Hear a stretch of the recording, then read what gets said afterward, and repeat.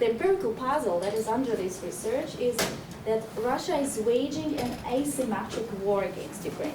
It means that if we look at the proportions of military spending between Russia and Ukraine at the beginning of the full-scale invasion, it looks like the advantage is not on Ukraine's side.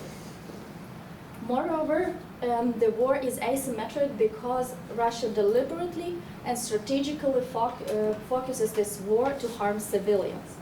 So there are by now officially 18,000 civilian casualties. We know it's way higher. We just don't know the numbers because occupied cities like Mariupol, we don't have any data.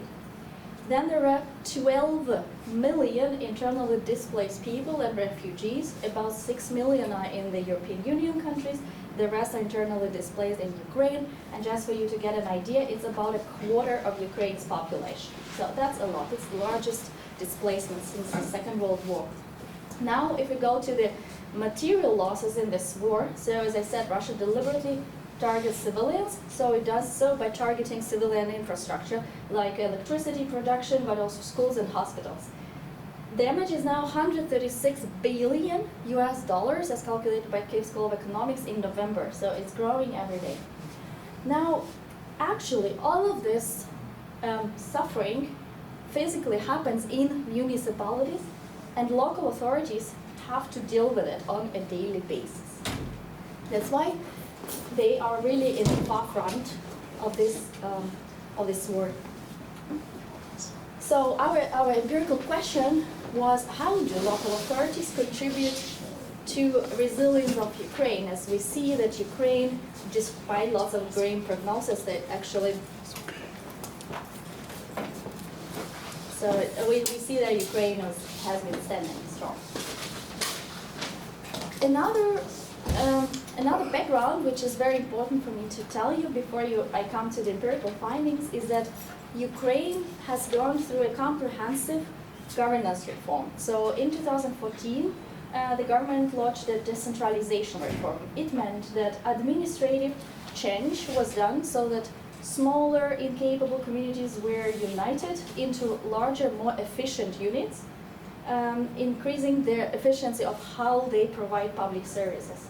Then there was a political change which put a lot of, so that they gave competences to local authorities in, for example, dealing with education, first-line healthcare provision. This is what local authorities in Ukraine are responsible now, and it increased their legitimacy because they are now a real governing body that gives real services to Ukrainians.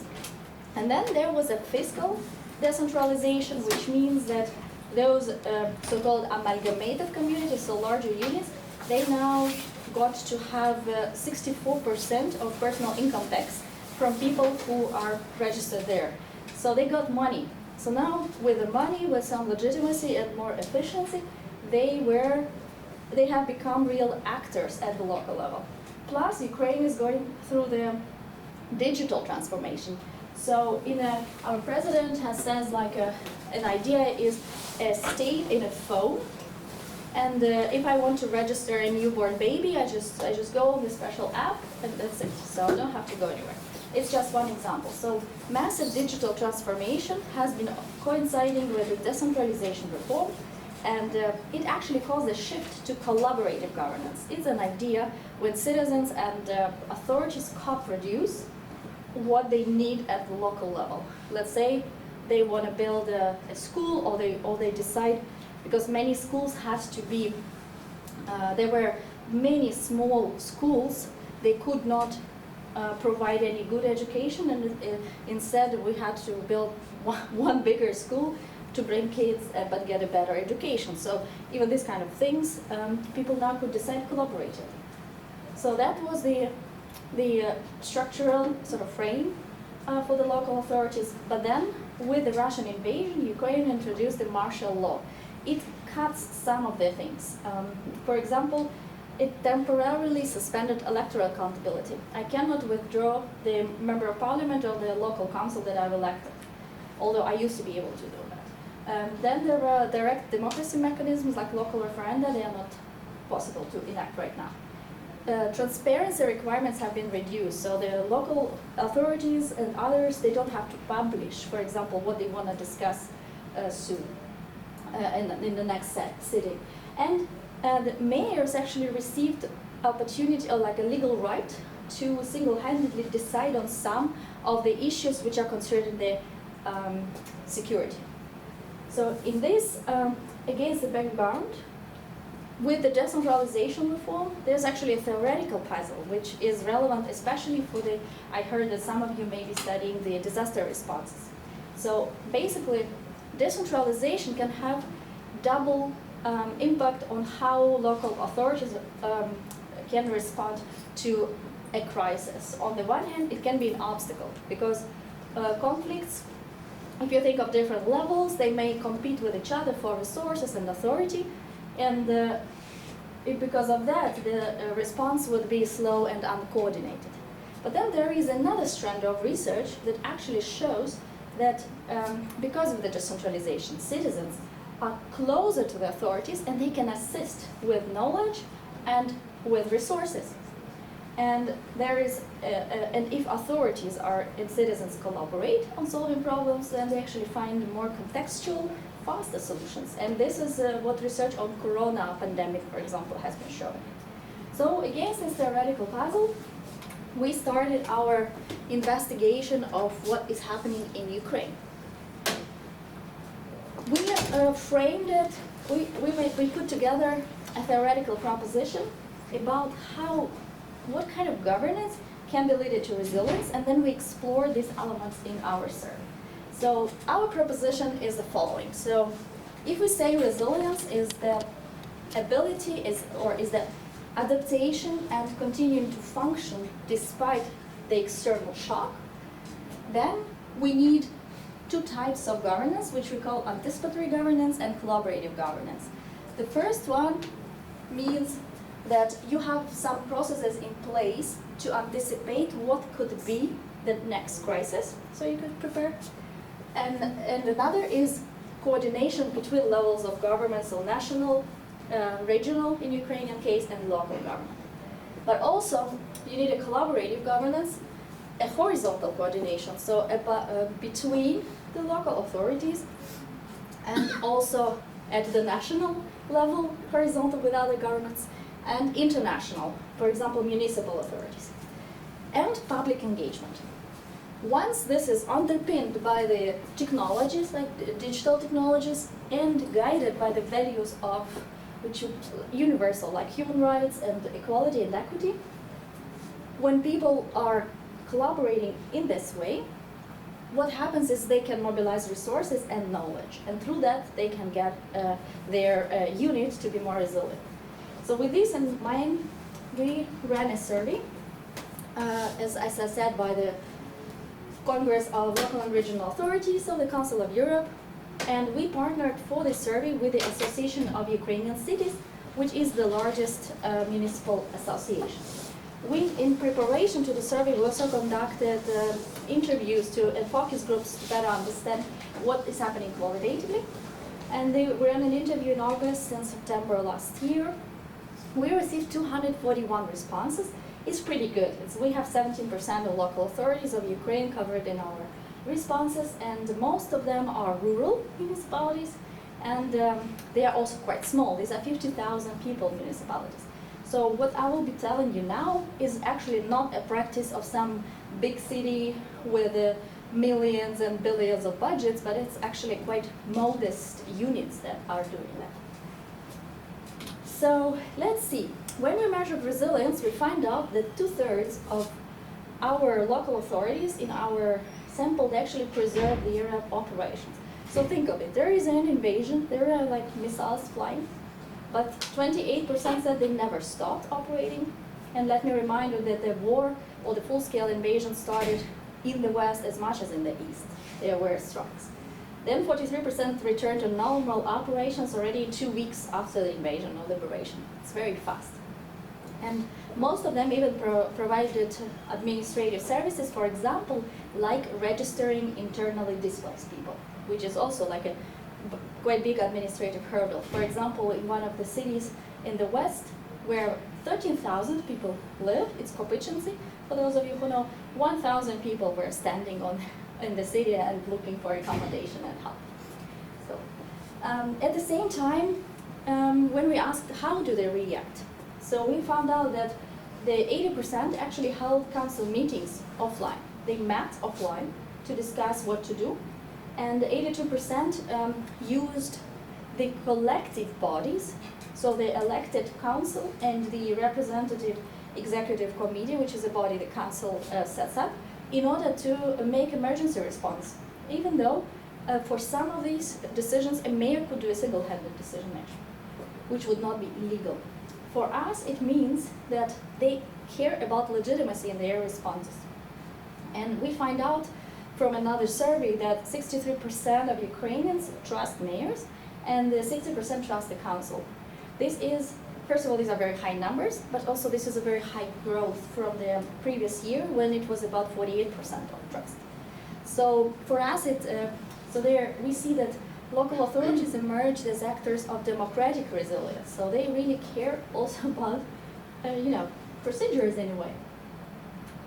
Now, coming to their governance practices, when we talk about what underpins the practices about the digital technologies. So we ask them which of the following helps them to respond to challenges of the war. And we found that when we look, So when we look at the elaborated data protection policies, for example, on the one hand, those who have them, they say they help significantly, which makes sense, right? You want to protect your data if there is an enemy standing. At the same time, unfortunately, about 30% didn't have that, so it is a very urgent thing to improve. Internal e-documentation system, so it's like when you run all your documents digitally. Again, so those that had found it super helpful, but too many didn't have. And the other are less helpful. So technology does play a role, but there is also room for improvement in terms of local authorities. But we see how digital technology will play out differently for communicating with citizens. Now, coming next to the anticipatory governance, we asked them about whether they even had emergency plans. And 92% actually said they did, but 69% of them found that it was, not of them, but in general, found them helpful. What we found out qualitatively actually is that these were emergency plans. So what do you do if the electricity cuts out and so on? These were not war or invasion plans. And unfortunately, the invasion plans were not prepared for the Russian invasion.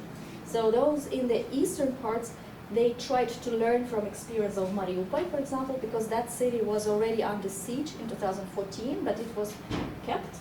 And I know, for example, from interviews that the mayor of Mykolaiv specifically asked, Mykolaiv is in the south, is now constantly also under shelling. He specifically asked for these people's experience, what they did in Mariupol back then, how to guard.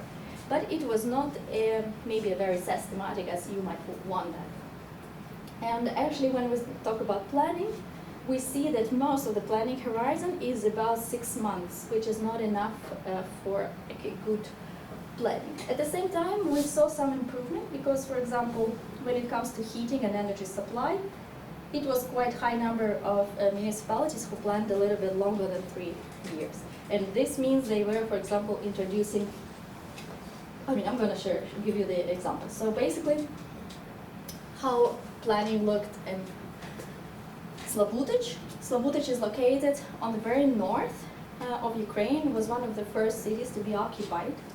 And they told us that on the eve of the invasion, the leaders of common enterprises gathered to prepare for the crisis, and this meeting helped me to coordinate. So they were, at least short-term, trying to prepare.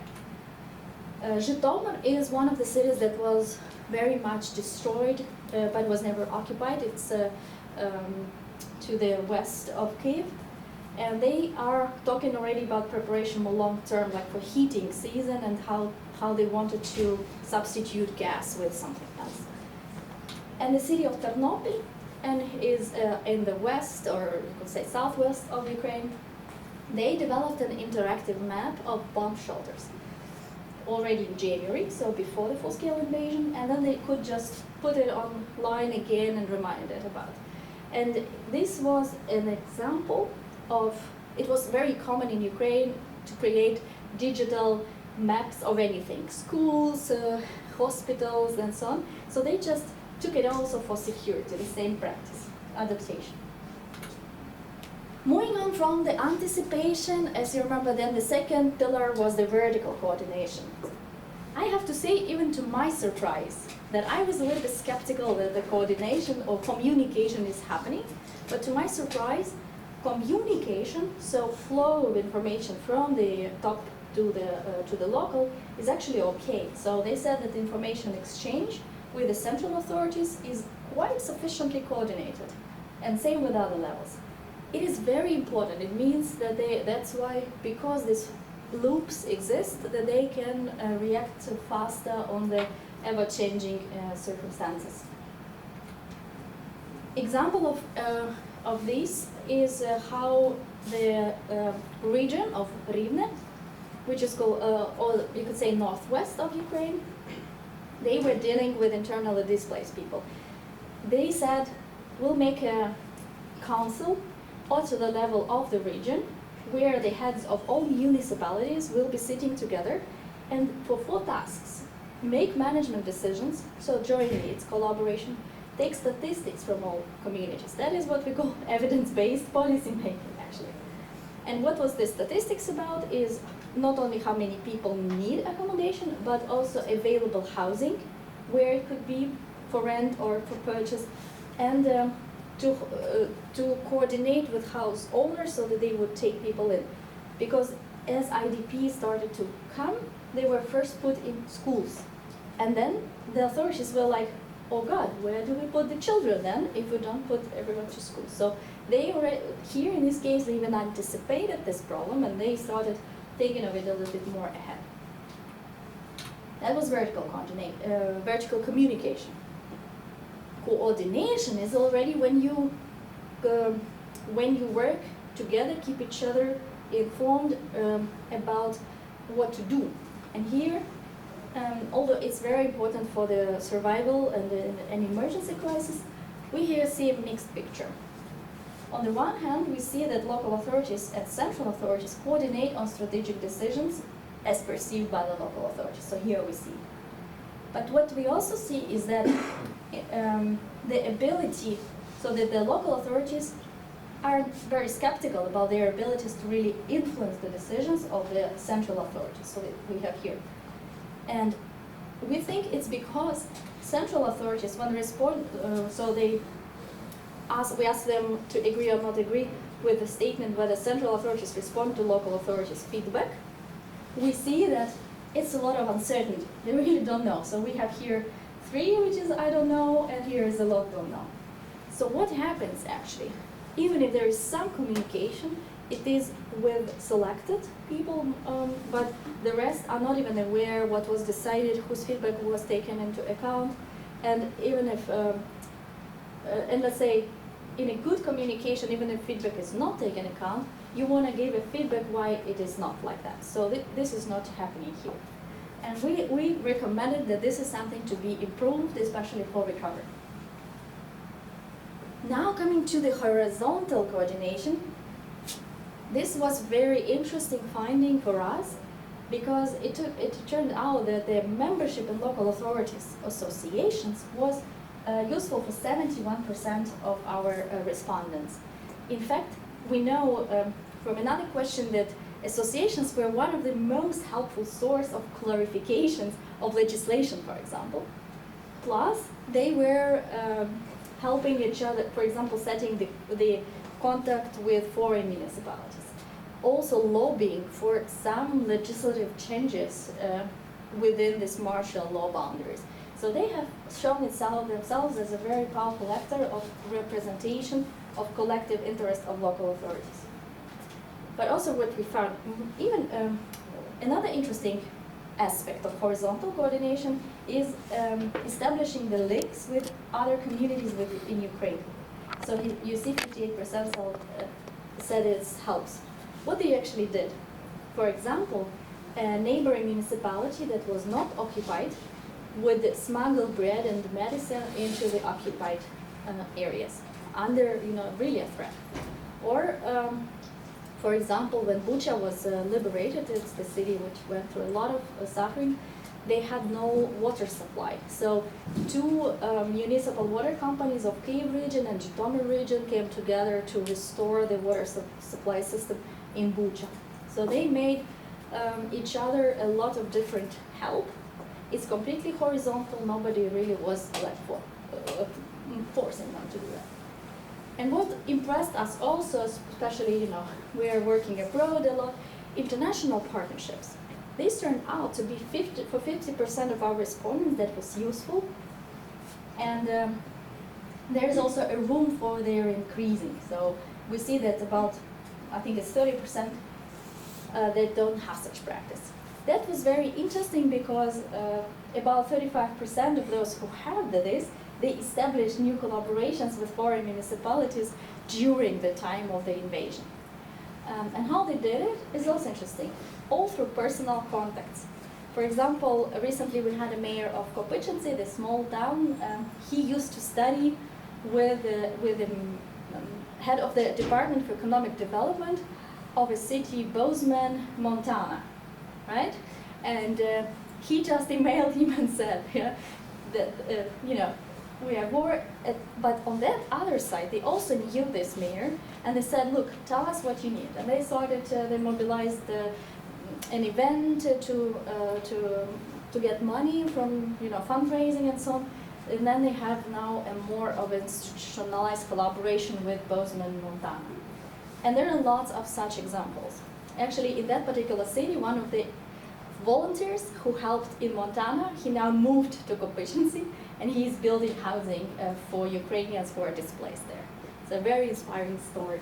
By the way, you can watch it on Ukraine-a-thon. I will show it from my host institution here in Washington. We have it recorded.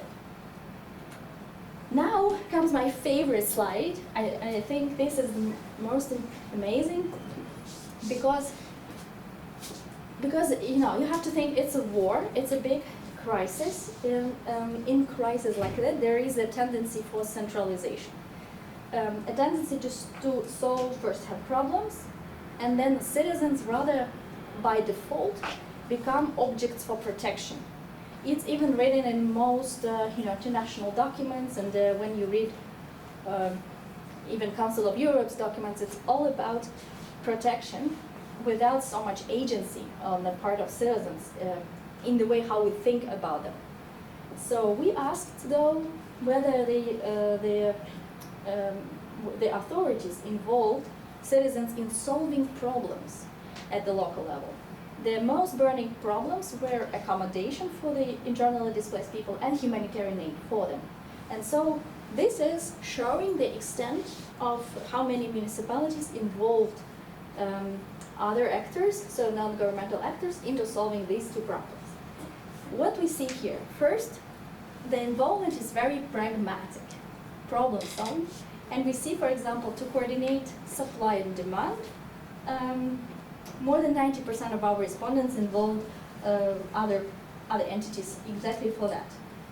What is also interesting is we could compare some of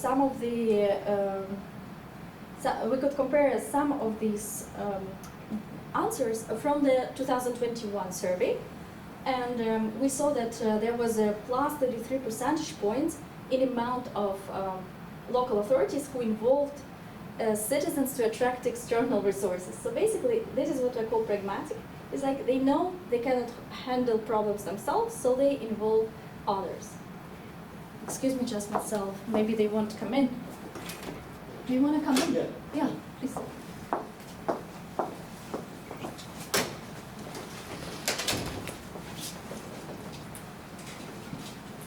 So these are these blue graphs. The yellow ones are what we call good governance, because theoretically a lot of also foreign aid is promoting citizen participation in order to improve quality of democracy. And so what we ask, like increase citizen, and as we see here, for example, increasing community trust as a goal of involvement was actually high on the agenda, despite the war, despite all the issues. At the same time, we also see here that was a increase of municipalities who involved others into problem solving. As again, it kind of shows how they become pragmatic and how they see that they can't be on their own. But also, what I found very interesting is that involving just for the sake of involving, just for the consultation, you know, just to keep this democratic process going, this is decreased. They simply don't have time for that. So now the involvement is real in a way, I could say. And when I say real, I really mean that they think of what is the usefulness of it. And for example, anti-corruption has grown so there are more municipalities who involve local citizens to prevent corruption. Because they know this is a sensitive issue and they know that they need to maintain trust. And that's why they do, for example, things like posting on social media about what kind of aid they received and from where and how they used it. Or also, I mean, there are other ways, but this is like the most prominent. Sorry. And last but not least, the community well-being is also high on the agenda, with meeting the needs of vulnerable social groups is very high, which also shows, remember I said that in the beginning that there has been increase in legitimacy of local authorities because they really do what's important on the local level. So this kind of involvement shows that they really care about their communities. And also what is impressive in my opinion is that despite the war, the extent of the involvement and the quality actually improved. So you might have seen pictures like this, people preparing food, for example, cooking and so on, local citizens. Quite often this happens, for example, in a premises of the municipal library or municipal council. So they do this together. So, and we find that this is not a sporadic thing, but actually quite systematic. So this graph shows us several things. First of all, we tried to measure at which level of participation the local authorities involve citizens. There are theoretically 4 levels, from informing to partnership, and you could think of them as going deeper. So informing is a bit shallow, you just tell them what you want to do. Partnership is when you share resources and co-create solutions. And then we see that, and these plus and minuses, this is comparing of this question with 2021 analogous survey. What we find, first of all, there is in general more participation. We see that fewer municipalities say that they involve nobody. So here, here, here, and especially here. So it is what we call wider participation. Then we also find that there is a new group of stakeholders that is more deeper now engaged. This is businesses. We will see here that entrepreneurs there are more municipalities who involve entrepreneurs. Here, here, and especially here. What is interesting, it means that entrepreneurs and local authorities co-create solutions and they co-deliver. We understand they co-deliver services in a way.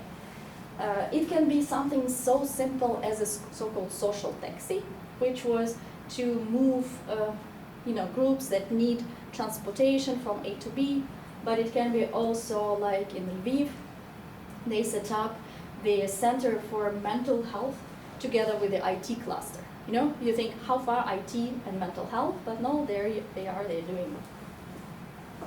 Right, and interestingly that internally displaced people also have a fair share. So we would say that they're here. We didn't measure them 2021, but at least their feedback is taken for account when they think about what to do for them. And what is also interesting is we see some kind of democratization of knowledge going on, because experts, it's the red group here, their involvement is reducing. We don't know why, to be honest. Maybe because of the general that other groups are maybe substituting for them. Maybe they just have no money. But we see that this is happening. And I wanted to give you just one example of such involvement. It was how Zhytomyr authorities dealt with IDPs. And interestingly, first, the IDPs came to the authorities themselves and offered help, how to deal with them. So you see some proactivity on the side of citizens. But then they also developed a survey through a chatbot to find out who has what skills, in order to match them those skills with what is needed in this new community.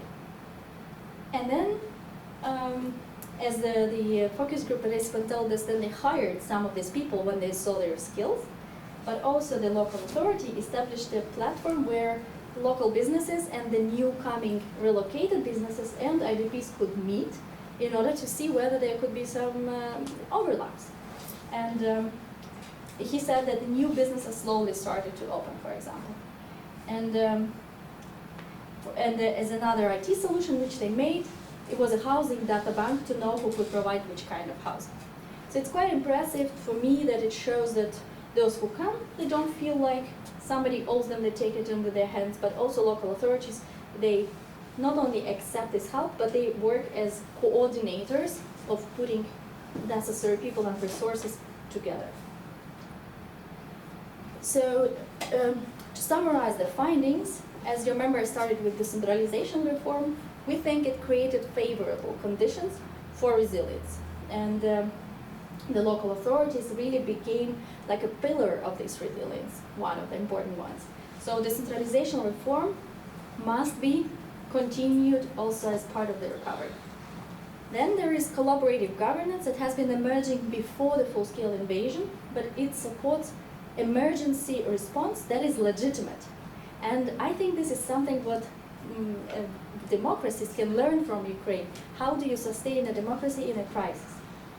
And finally, what we've been seeing in Ukraine is a shift towards a new social contract, where from where we started, here in the Soviet system, here is the government, here is a citizen. Citizen has no agency. Post-Soviet system is, here is the government, here is the citizen. We try not to engage, not to involve, live as alone, and so on. In a lot of Western democracies, citizens are clients, so you want to serve them, you want to provide better services.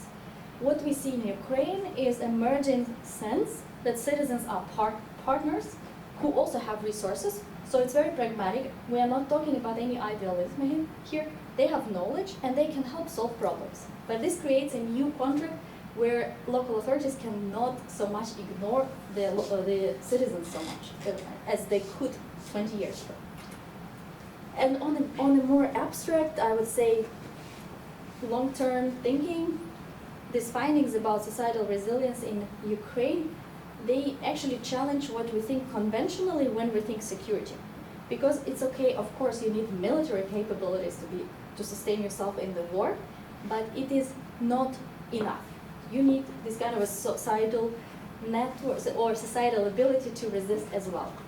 Then it provides us insights about new forms of public participation, which are not so much structured. Because you might know about forms of public participation like New York participatory budget, for example, but it is a very structured process. Here we have a quite a chaotic process which kind of comes organically. And data and digital technologies, they are not only a security threat, like for cyber attacks, but they are also an opportunity for us to communicate better. And our new empirical question now, which we try to address, is how to organize governance processes that support societal resilience in the face of the security threats. On this note, I want to finish my presentation, and I'm happy to answer any questions you may have. Thank you.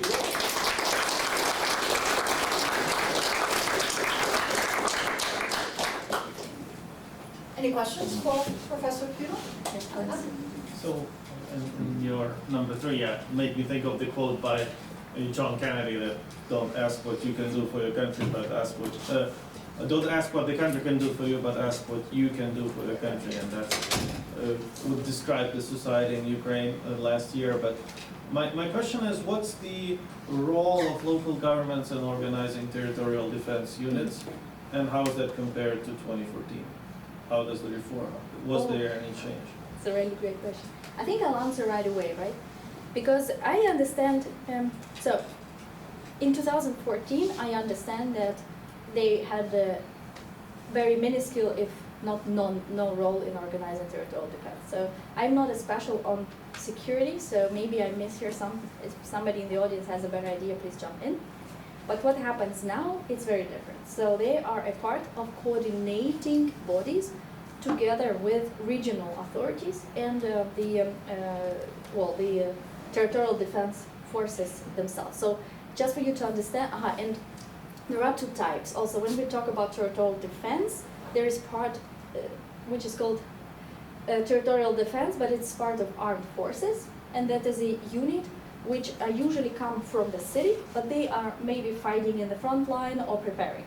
So, for example, local authorities for these units, they may be paying for their places where they stay, they may be providing food, they care for their families. There are instances when Lviv, for example, they created a center for helping the families of the veterans. So it's one territorial defense. But then there are also DFTH. This is a volunteer formation of territorial communities, which is like a volunteer groups, you could say. They stay in the community. They are not part of the army, and they are fully funded by the local authorities. So they're not intended to go to fight. So then they get fully funded. I know that between 2014, in some cities where I did my research, in Kharkiv, in Odessa, the second type of formation was also used in the internal political struggles, for example, to block civil society from coming somewhere. We have not heard this happening now. So they've been really doing what they must. And again, what I saw in some media is that, for example, in Sumy region, when it was really hard fights, that even these were also cooperating very nicely with the regular army and defending the borders there. So it's, what I can tell you based on my knowledge. And I understand that, so my colleagues from Kyiv School of Economics actually did a study on coordination between the army defense, so the ones that will go to war if they need to, and came up with recommendations also how this can be improved. So if you ask Ukrainian, they will mostly be unhappy with everything. So everything must be improved. And part of it is true, but part of it is that they also come up with creative solutions that maybe are unexpected. Any more questions, please? This question is not much on what you presented, but just for my general understanding, how much of Ukraine is Russian, both in terms of social, economic influence that country, based on the media reports, that's just the eastern part, but just the extent of Russian influence, political culture, what have you. It's an answer that needs a history class of about 300 years at least, because Ukraine has been parts of Ukraine has been parts of the Russian Empire, and Russia has been, for example, there are more than 100 regulations in the Russian Empire how to cancel Ukrainian language, literature, culture, and so on. This can tell you a lot about the attitude of that country. Then Ukraine was part of the Soviet Union, where it was the policy was that if you are Russian speaking, if you're Russianized, you're like a better class citizen than if you are speaking your own local language, for example. Even though, there was a word, natsmen, which was national minority, which was used towards people in Ukraine, in Latvia, and so on, where actually the majority of these people are Ukrainians or Latvians, not Russians. So during the independence of Ukraine, Russia has been constantly trying to destabilize the democratic development in Ukraine. One example, why Euromaidan started? It's because the pro-Russian president, on the eve of signing the EU association agreement, said he's not going to do it, because actually he received quite a big a bunch of money on the day before from Putin promised him. So there have been constant attempts to undermine Ukraine.